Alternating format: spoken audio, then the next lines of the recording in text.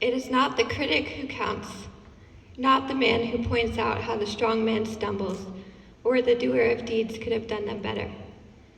The credit belongs to the man who is actually in the arena, whose face is marred by dust and sweat and blood, who strives valiantly, who errs, who comes short again and again because there is no effort without error and shortcoming, but who actually does strive to do the deeds, who knows the great enthusiasms, the great devotions, who spends himself in a worthy cause, who at the best knows in the end the triumph of high achievement, and who at the worst, if he fails, at least fails while daring greatly, so that his place shall never be with those cold and timid souls who know neither victory nor defeat. These are words spoken by Theodore Roosevelt during his speech entitled Citizenship in a Republic, or as it is more commonly known, The Man in the Arena. These are words I memorized for my 10th grade English class as part of my great historic speech. Roosevelt's intended purpose in writing these words was to show the importance of action, of striving toward a worthy goal, of courage and determination in the face of challenges. Christiana Homeschool Academy presents the student with plenty of challenges, some of which do result in blood, sweat, and literal tears. But it is a worthy cause. Entering the arena in 9th grade, I did not know the extent of what I was facing through my high school years. What I did know, however, was that it was a worthy cause, and knowing that gave me the courage to strive valiantly. There have been many times when I did stumble, deeds I could have done better, places I have come short, but in the words of Roosevelt, there is no effort without error and shortcoming. Spending myself in this worthy cause, from great books to apologetics, Latin to thesis, and so many other classes, I have known the great enthusiasm, the great devotions, and I now know the triumph of high achievement. The work can be difficult, perhaps even crippling at times, but the end result is worth all of the effort, like a breathtaking view at the top of the mountain. I could never have made it this far alone, so I will give credit where it is due. First and foremost, I want to thank my mom and dad for everything. Mom, thank you for teaching me to read and for reading pretty much every school paper I have ever written.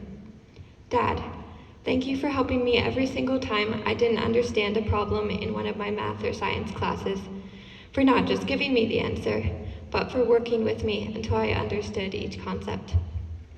Thank you, both of you, for taking me everywhere I needed to be before I could drive, and then for teaching me to drive on my own, for leading me to Christ, and then for encouraging me in my walk with Him, for handling my questions, listening to my rants, and putting up with me in general, which is not an easy job. I hope you know just how much I appreciate you, and how I thank God that He saw fit to let me be your daughter. To all of the tutors I have ever had, thank you for making the Choff the place it is by your hard work and your devotion to your subject as well as your students. I appreciate every single one of you, and I hope you are proud of the graduates that stand before you today. We would not be here without you. There are a few tutors in particular that I wish to address. Mr. Jenkins, you were the first tutor I had when I began my time here at this academy. Thank you for making me feel welcome and for valuing my thoughts. I learned so much in each class you taught, from great books to Latin, and finally leadership. You taught us leadership in a classroom setting, but more importantly, you taught us leadership by your own Christ-like example. You truly practice what you preach. This academy is blessed to have you. Mr. Craig, you are easily one of the most patient people I have ever met. You put up with so much in your class, and yet you never let frustration take over. I also appreciate how you would bring scripture into every class. It is clear that you are grounded in the Word, and you too are an example for all of us when it comes to imitating Christ. The third person I want to thank has not been present at this school in 2 years, but I want to recognize her anyway, Mrs. Troyani.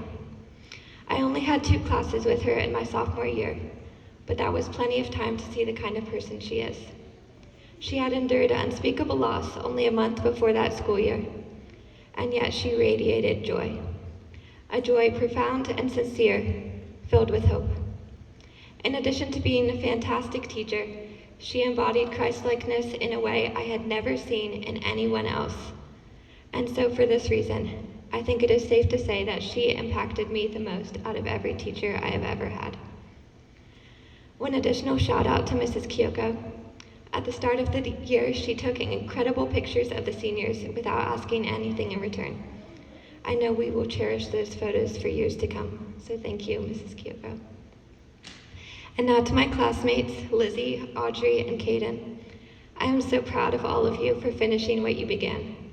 All of you, at one point or another, were not planning to continue to the end, and yet you did. I am honored to be graduating with such wonderful people.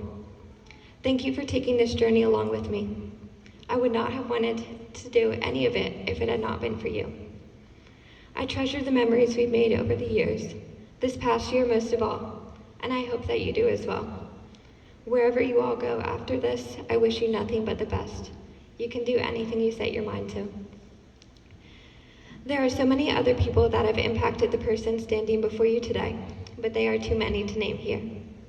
Two others I will mention, however, are my siblings, Anna and Nathan. Thank you for making life so much more interesting. I love you guys. To those who will be continuing on here at CHA, I urge you to be the man in the arena, to strive valiantly in this worthy cause. Do your best in everything to the glory of God. Dare greatly and know the great enthusiasm. Do not let your place be with those cold and timid souls who know neither victory nor defeat. Ask for help when you need it. Do this, and you will know the triumph of high achievement. Ultimately, anything good in me is all Christ in me, so I need to give the glory to him. My high school years have contained both the highest highs and the lowest lows I have ever experienced in my life, and the Lord was faithful through it all. I owe everything to him, and so I will give everything to him. The verse that guides my life is Luke 9:23, and Jesus said to all, "If anyone would come after me, let him take up his cross. Let him deny himself, take up his cross daily, and follow me." That is my prayer for my life, that I will live to know him and make him known, and that I will become nothing so that he may be everything. For the next few years, I will be studying in the nursing program at Grove City College, beginning this coming August. I don't know where I will go after that, but one thing I know for certain, that Jesus leads me all the way. Thank you all.